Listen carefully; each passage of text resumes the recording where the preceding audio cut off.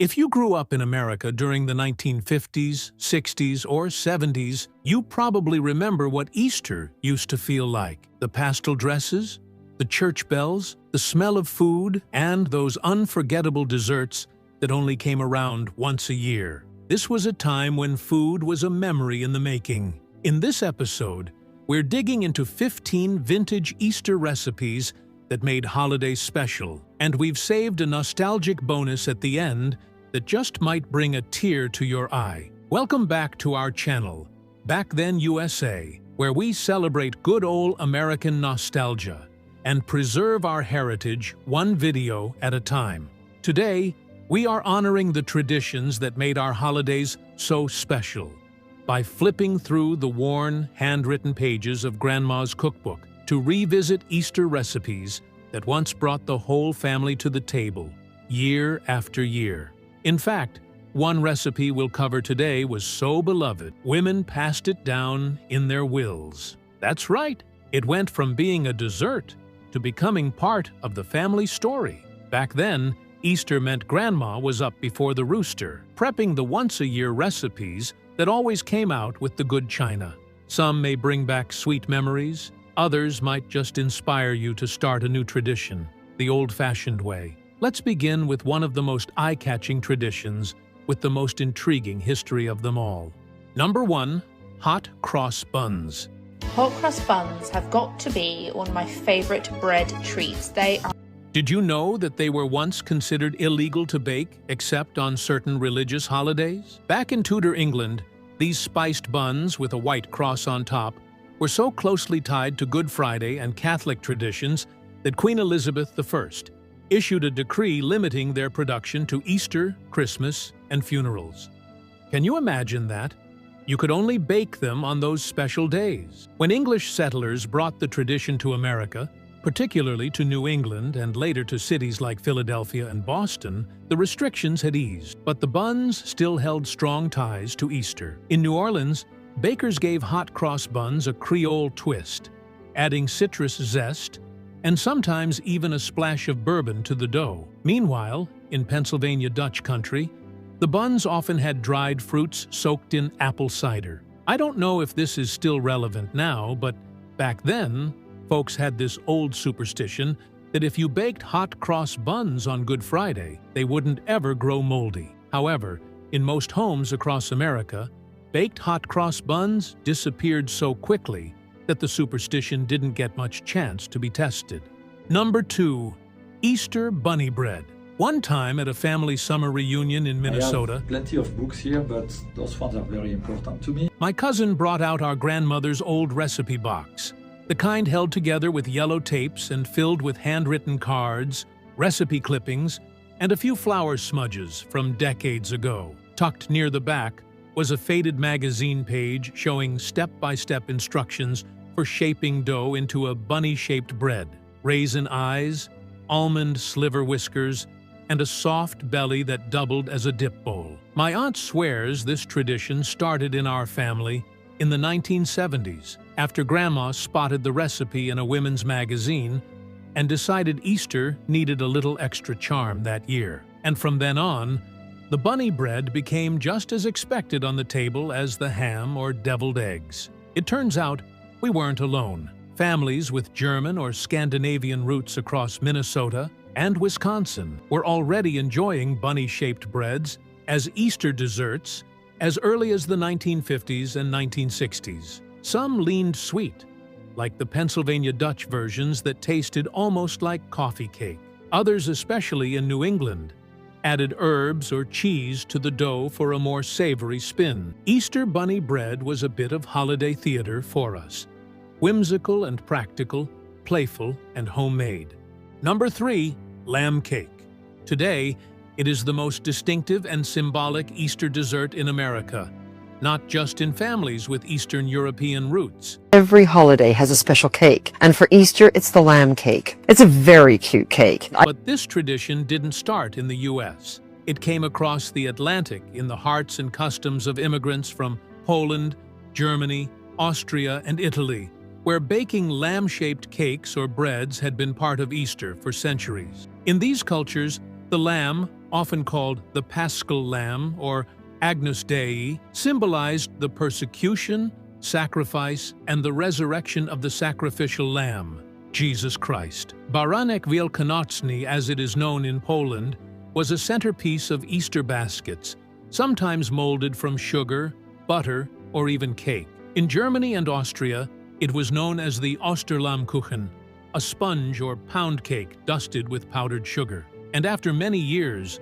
the lamb cake is still a beloved Easter treat, made with ornate lamb-shaped molds passed down through generations. When immigrants brought this tradition to American cities like Chicago, Pittsburgh, and Cleveland, it quickly became a tradition in the U.S. Cast iron lamb molds, many now considered antiques, became cherished family heirlooms. In Chicago's Polish neighborhoods, bakeries would produce hundreds of these cakes during Holy Week, each one decorated with coconut wool, ribbon collars, and sometimes a tiny red flag, symbolizing the resurrection.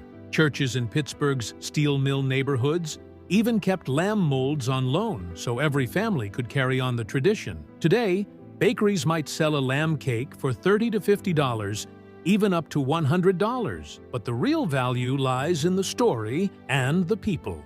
Easter lamb cake truly connects generations across continents, uniting the American Easter table to centuries-old rituals of faith, resilience, and family. Number 4. Deviled eggs. This is one of the best deviled egg recipes I've come across. It hits all the notes. It's tangy, creamy, spicy, savory, and salty. And the best part is that These little canvases have been a staple at American gatherings since the 1940s, but their connection to Easter goes way deeper than just being a handy way to use up leftover hard-boiled eggs after the Easter egg hunt. Hey, if you guys all knew about cutting hard-boiled eggs like this, and you didn't tell me, we're gonna have some serious beef. Every region across America had its take on deviled eggs. In Boston, they added a little seafood, lobster or crab meat if they could swing it. Folks down south preferred sweet pickle relish and a little hot sauce. And in the Midwest, we kept it classic, Not your ordinary deviled eggs, these. using paprika, mayo, and sometimes mustard powder to give them that extra zing. I still remember Aunt Mildred's special egg plate, a ceramic platter with 24 indentations, perfectly shaped for halved eggs. She only brought it out for holidays and bridge club luncheons. Aunt Mildred had this thing about presentation. She'd carefully pipe the filling with a pastry bag and a star tip, making the humble deviled egg look like an art. Presentation matters, she'd always say, because we eat with our eyes first. Number 5. Red beet pickled eggs. Have you wondered how some of our favorite Easter meals became a tradition, even if they don't feel especially springy? Happy Easter, the natural way. These bold magenta beauties date back to the early 1800s in Pennsylvania Dutch country. Before refrigerators, folks had to get clever. With vinegar, beets, and a little kitchen magic, they found a way to make those early spring eggs last. Not only did it keep the eggs fresh, it turned them a deep pink with a gentle touch of clove and cinnamon. Oh my gosh, is that so beautiful? Look what our beets did. Especially common in the Appalachian regions, families would make them weeks ahead to let the flavor settle in just right, bright and flavorful. And every time red beet pickled eggs showed up on the table, folks couldn't help but talk about them. They were one of those simple little things that sparked stories, laughter, and memories that stuck with you. Number 6. Glazed ham with pineapple rings. I still remember watching Grandma prepare her glazed ham with pineapple rings every Easter morning. The whole house would fill with the sweet smell of brown sugar, cloves, and sizzling pineapple, drifting from the kitchen and settling into every room. She'd carefully score the ham in perfect diamond shapes, just like her mother taught her back in Virginia. One by one, she'd press a clove right into the center of each square, taking her time, making it just right. This show-stopping dish became popular in the 1950s, right around the time Hawaii became a state. Magazines showed off hams decked out with pineapple rings and maraschino cherries in the center, like little bullseyes. In the Midwest, folks sometimes added a splash of ginger ale to the glaze. Down south, You might find a little bourbon, or even a pour of Coca-Cola, mixed in for good measure. And no matter where you were, those pineapple rings had to be just right. Back then, how pretty your ham looked said a lot about your cooking. But no matter how you dressed it up, that shiny, sweet glazed ham meant the same thing everywhere. Celebration, family, and a table full of love. Number 7. Ambrosia Salad. Few dishes say Easter in mid-century America quite like Ambrosia Salad. Grandma's Ambrosia Salad. In Greek mythology, the food that the gods eat was called... It first showed up in the late 1800s, back when citrus was a rare treat. But by the 1950s and 60s, this so-called food of the gods was showing up in serving bowls all across the country, especially in the South. In Georgia and the Carolinas, no Easter table felt complete without it. Orange slices, pineapple chunks, shredded coconut, and little marshmallows, all mixed with whipped cream, or later, good old Cool Whip when convenience took over, became a symbol of sweet, simple celebration. Sometimes grapefruit made its way down in Florida, or a handful of pecans in Alabama and Mississippi. Kids would dig through the bowl looking for the pineapple or the marshmallows, while grown-ups would smile and say, "That's not how my mama made it." And somehow, that was the beauty of it. Each family had their own little twist, but the feeling it brought to the table was always the same. Ambrosia was more than just a salad. It was tradition in a crystal bowl. Number 8. Coconut cake. Did your family make one every Easter too? Or maybe you had a special twist of your own? My Big Mama's coconut cakes used to have folks queued up in Mississippi to grab one. Tell us in the comments, especially if someone in your family still makes it from scratch. For me, one of my fondest Easter memories is watching Mama turn our kitchen into what felt like a little snowstorm. She'd lay out newspapers across the counters before cracking open coconuts, draining the water, and grating the fresh white flesh by hand. That tropical scent filled our whole Midwestern house and made it feel like something truly special was coming. Back then, making a coconut cake could take the better part of 2 days. Egg whites were brought to room temperature for fluffier layers. The fresh coconut was gently pressed into the frosting between each tier, making a cake that was just as pretty as it was delicious. Growing up, I had friends down in Florida whose families added key lime zest in the frosting or black walnuts tucked between the layers up in the mountains. But no matter where you were, coconut cake was a heartfelt Easter tradition, baked with care, shared with love, and had Easter in every slice. Number 9. Lemon Meringue Pie. Aunt Irene, God bless her soul, would always say that lemon meringue pie is a dessert you made with both hands and all your heart. She and several folks back in the day believed you could tell how long someone had been baking by the height of their meringue. Every Easter, she made her famous lemon meringue pie, and the moment that pie plate hit the table, we all knew dessert was about to steal the show. She used a fluted glass pie dish that only came out on holidays, worn out just enough around the edges to tell it had seen decades of family gatherings. I remember the way she'd stand at the stove, gently stirring the lemon filling until it was just the right thickness, steam curling up from the pan and filling the kitchen with that sweet, tart scent of spring. By the 1950s and 60s, lemon meringue pies had become a regular Easter dessert across the country. In Southern California, where Meyer lemons grew in backyard gardens, they were especially popular in places like Maine and Vermont. Bakers would sweeten the filling a bit more to offset the sharpness of the lemons bought from stores. Meanwhile, down in Louisiana, a little lime juice or a splash of rum might sneak its way into the mix. Number 10. Pineapple upside-down cake. Last year, while browsing through a small historical society museum in Muncie, Indiana, I stumbled upon a fascinating exhibit about the evolution of American home baking. A weathered index card labeled Easter Pineapple Cake was the one particular item that caught my eye. It had a detailed account of how pineapple upside-down cake became a beloved Easter tradition for local families. This is a pineapple upside down cake. We bring this to every family gathering. This cake took off in American kitchens after pre-sliced pineapple hit the market in the early 1900s. And by the 1920s, it was already winning hearts and contests. But what helped it become especially beloved for Easter was its cheerful, spring-like appearance. The addition of maraschino cherries, their bright red pop against the golden pineapple rings, gave the cake a fresh, festive look that felt perfect for spring celebrations. In California, where fresh fruit was more accessible, families would sometimes add sliced strawberries or apricots to their designs, making each cake a personal, colorful centerpiece for Easter gatherings. The museum's collection also included stories from local families, many of whom mentioned that these cakes were often made in the same cast-iron skillets used for Easter breakfast earlier in the day. Number 11. Coconut cream pie. Each time I bring out my pie plate, I remember seeing my grandfather's face light up when my grandmother would bring out her coconut cream pie at Easter. It was his favorite dessert.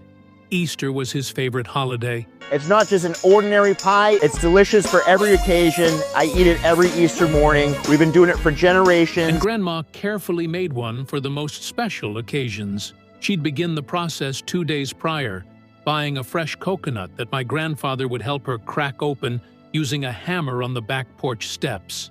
In coastal Massachusetts towns with strong maritime histories, coconut cream pies had been popular since the 19th century, when sailors would bring exotic coconuts back from tropical voyages. By the mid-20th century, the pie had developed strong ties with spring celebrations. I eat it every Easter morning. With the white coconut topping resembling fresh spring snow, the attention to detail, the perfectly crimped edges of the crust, the silky, smooth custard that held its shape when sliced, and the precision with which the coconut was toasted to just the right golden hue were a testament that every element of this pie was an act of love and skill passed down through generations.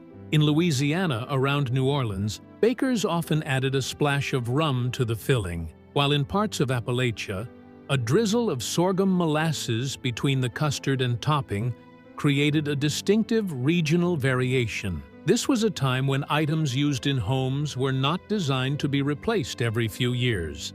The Pyrex pie plates and hand mixer these pies were made with often served families for decades. Number 12. Hummingbird Cake. It wasn't always an Easter dessert, but over time, it became a special occasion staple across the America, especially for spring gatherings like Easter. Have you ever tried hummingbird cake? If you haven't, this is a sign you definitely need to try this cake. Rich and packed with banana, pineapple, and pecans, the recipe first appeared in American kitchens in 1978 when Southern Living magazine published a reader's submission, but its roots stretch back to Jamaica in the 1960s. Originally created as part of a Jamaican tourism campaign highlighting local ingredients, the recipe made its way to the southern United States, where it was embraced as if it had always been there.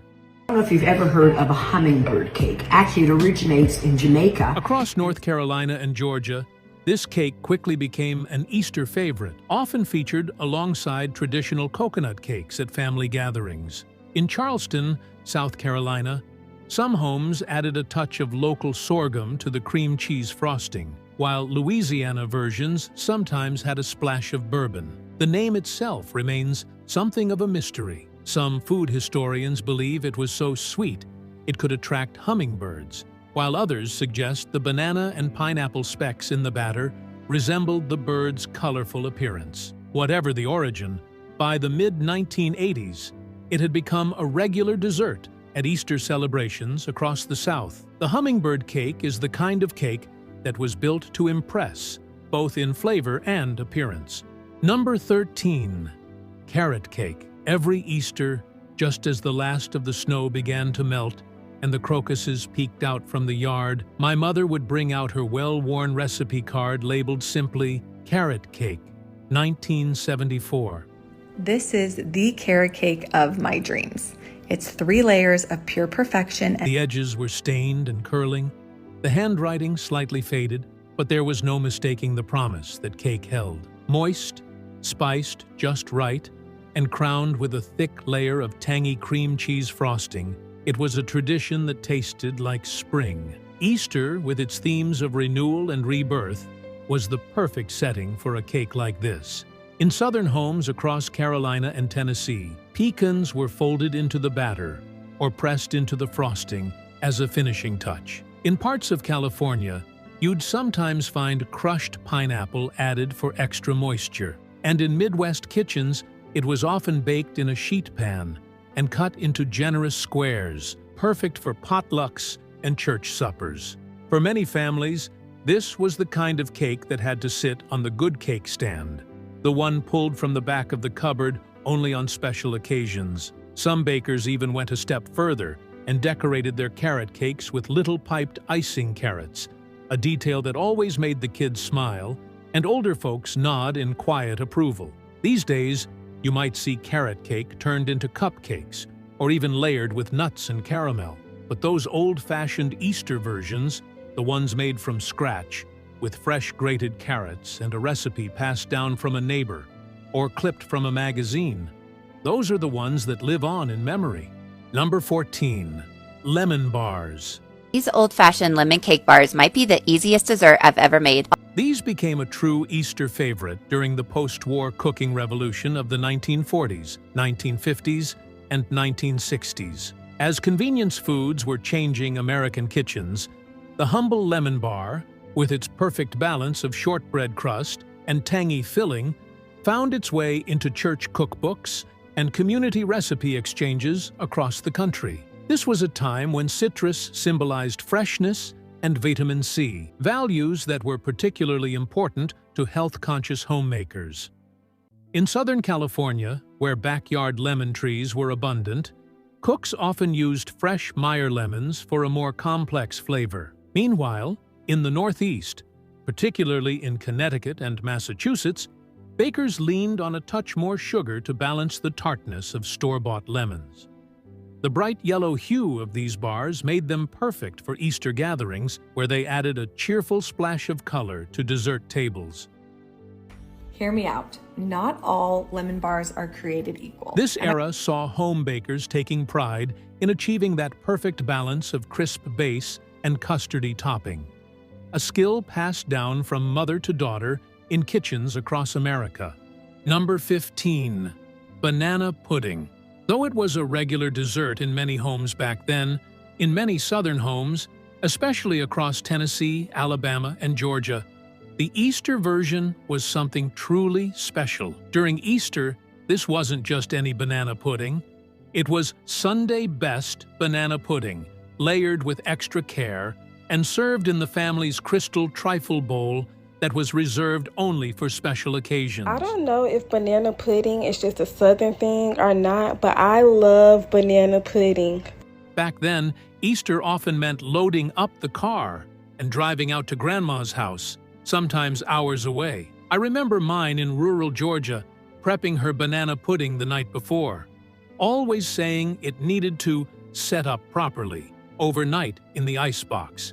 Her secret? 1 extra egg yolk in the custard, and a steady hand for lining the wafers just right along the glass. In Mississippi, some folks would splash in a bit of bourbon for special occasions. Up in Kentucky, families sometimes added black walnuts between the layers for a little regional flair. It might have looked simple, but Easter banana pudding had heart in every layer and a story behind every spoonful. This presentation wouldn't be complete without mentioning an Easter dessert that perfectly balances sweetness and tradition in a bite-sized delight. The Thumbprint Cookies. Every once in a while, it's worth giving the humble thumbprint cookie its moment in the spotlight. A buttery, sweet little bite with just enough color to match the occasion. And around Easter, they seem to shine brightest. These cookies have graced American tables since the early 20th century, but their transformation into Easter staples came during the 1950s, when pastel food coloring became widely available in grocery stores. I remember visiting my great-aunt's house in rural Ohio for Easter. where she'd set out a tiered cookie stand filled with thumbprint cookies in every pastel shade imaginable. She had a secret for creating those perfect, neat indentations. Instead of her thumb, she used the handle end of a wooden spoon. "Show me a woman's thumbprint cookies," she used to say with a wink, "and I'll tell you what kind of homemaker she is." To her generation, these little cookies were sweet treats in tiny reflections of pride, care, and homemaking know-how. Rice pudding. Did you know there was a time in history when rice pudding was once considered such a luxury that it was reserved almost exclusively for holidays and special occasions? It's hard to imagine now, but in the early 20th century, especially during the Depression era, rice was often too expensive. Many homes in America couldn't afford to have it regularly, while in some homes it was strictly reserved for the most special occasions if it appeared at all. In Pennsylvania, rice pudding was sometimes topped with a spoonful of apple butter. In Florida, a bit of orange zest gave the dish a sunlit brightness. Back then, almost everyone knew that rice pudding tasted even better on the second day, after the flavors had time to settle and meld overnight. I remember visiting a childhood friend whose mother made rice pudding every year around the holidays. Her version was creamier than my grandma's, and she always used a cinnamon stick instead of ground spice. I know a lady who makes this every year. She says she got the recipe from home. Her husband had come from Mexico through the Brachero program, one of the many workers who'd helped fill U.S. labor shortages during the 1940s and 50s. So she called it arroz con leche. I just called it comfort in a bowl. These vintage Easter recipes are a clear indication that the food we make for special occasions is so much more than just sustenance. These dishes carry with them memories, love, and the fingerprints of past and future generations. They are recipes. They are the stories of our families, our roots, and the care that went into making every dish a tradition. The beauty of these vintage Easter foods is that they are both about perfection and the moments shared around the table. The laughter, the familiar smells filling the air, and the quiet pride of creating something that brings everyone together. These are the flavors that define the holidays and connect us to those who came before. What's your favorite Easter tradition? Is it a dish that's been passed down through the years? Or perhaps a new favorite that's now part of your own family's celebration? Let's keep the conversation going about the dishes that make our Easter celebrations unforgettable. This is Back Then USA, where we celebrate good old American nostalgia and preserve our heritage one video at a time. Until next time, I and the team are wishing you all a happy Easter celebrations.